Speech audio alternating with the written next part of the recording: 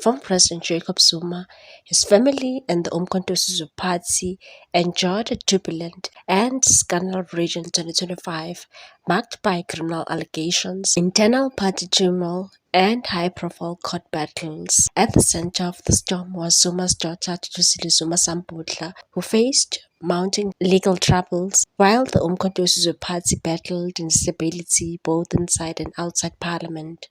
Zuma Sampudla, already facing charges related to allegedly inciting the July 2021 unrest following her father's imprisonment, was this year accused of trafficking South African men to Russia under the guise of security training. Among the 17 men who allegedly ended up fighting in the war between Russia and Ukraine were relatives from within the Zuma family, including children of Zuma Sampudla's sister, Nkosazana Zuma Ncube, and those of her late uncle Jacob Zuma's brother. Zuma Sampudla is now facing human trafficking-related criminal charges and resigned from the MK party, relinquishing her position as a member of parliament and forfeiting her salary.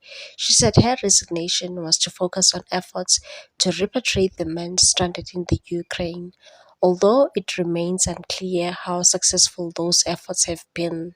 The controversy deepened when Zuma Ncube opened a criminal case against her sister, claiming she had been misled into believing the men would receive legitimate security training in Russia rather than be deployed to a war zone.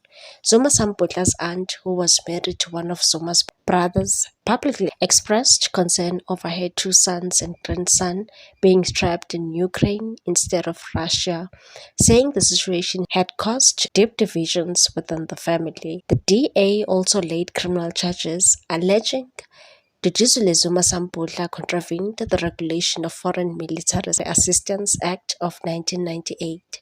The party claims it has evidence, including around 100 WhatsApp messages from a group allegedly administered by Zuma Sampudla, showing coordination in recruiting at least 22 men. The DA Member of Parliament and Defense spokesperson Chris Hattingh said these messages show clear coordination in luring young men to Russia under the guise of personal development, security training, and even promises of Russian or Canadian citizenship. Following Zuma Sampudla's resignation, she was replaced in parliament by her sister Bromualda Zuma, a move that drew criticism from political analysts who accused Jacob Zuma of running the MKP as a family enterprise. Before the Russia scandal erupted, Zuma Sampudla was reportedly locked in a power struggle within the Umkhonto weSizwe Party with the then Secretary General Fred Shivambu.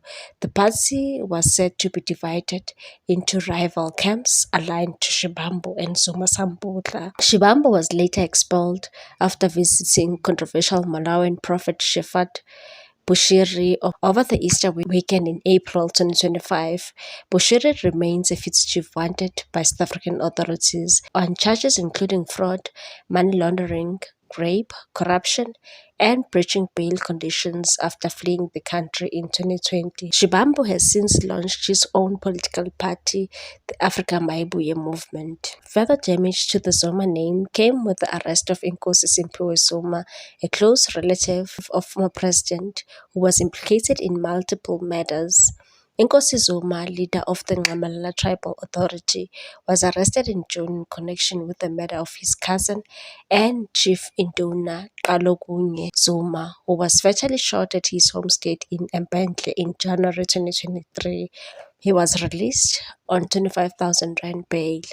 Less than a month later, the Political Killings Task Team rearrested him in connection with the murder of Umgeni Municipality DA Councillor Hlalayenza Ndlovu, who was killed at his home in December 2023. After police struggled to make progress in Ndlovu's case, the DA enlisted AfroForum's private investigation unit, leading to the arrest of another Induna, Zwelithini Buthelezi.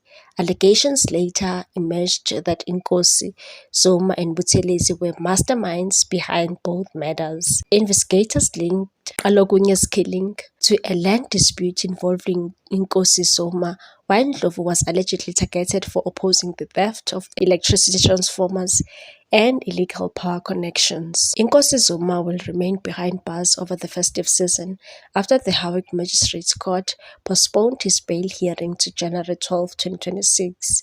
Buthelezi has since turned state witness. Inkosi Zuma was again arrested, this time for the murder of Mpophomeni-based illegal land sale activist Xolani Ndlovu Ntombela, and has yet to apply for bail in that matter. Jacob Zuma himself spent much of the year shuttling between courtrooms.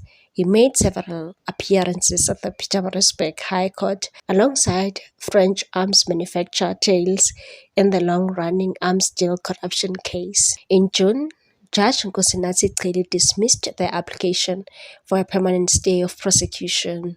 Zuma and Thales subsequently applied for leave to appeal the decision. Judge Celi had arguments on December 4 and is expected to deliver his ruling on January 23, 2026. The Umkhonto weSizwe Party was also rocked by internal leadership chaos in parliament. Deputy President Dr. John Hlophe, who was the party's parliamentary leader, controversially replaced Colin Makhubele with Des van Rooyen as chief whip without consulting the party's national command team, including Zuma, who was in North Africa at the time visiting Burkina Faso President Ibrahim Traore. Upon his return, Zuma suspended Hlophe, reinstated Makhubele, and appointed van Rooyen as acting parliamentary leader. By year's end, the Umkhonto weSizwe Party found itself grappling with internal divisions, legal scandals, and reputational damage, mirroring the tumult that has long followed its leader and his extended family. Press panic buttons. You know that the president has just arrived from a very successful trip in Burkina Faso, where he was championing the interest of South Africans and the continent, and was bombarded with calls about the removal of the chief whip, Colin, and he had to take an immediate decision to calm the situation, not to remove the deputy president entirely from parliament. He remains a member of parliament. He remains a first deputy president of MK, suspended pending the inquiry, because the president wanted to satisfy himself what were the underlying factors that led to that drastic decision. So from where I'm sitting, he remains a leader of the party, suspended. That's why Comrade Des was not appointed as an official leader permanently. Was appointed as an acting leader in parliament. I'm quite confident that once president has applied his mind, Comrade Deputy President would continue playing the role that the president will assign him, or even continue where he is. I know that I was asked to send a letter to his office, the Deputy President, who accepted the letter that the inquiry will start. President was asking for his full cooperation, and he didn't confirm that he would fully cooperate with the situation. What's your take on this one, people? Thanks for watching. Please subscribe for more news.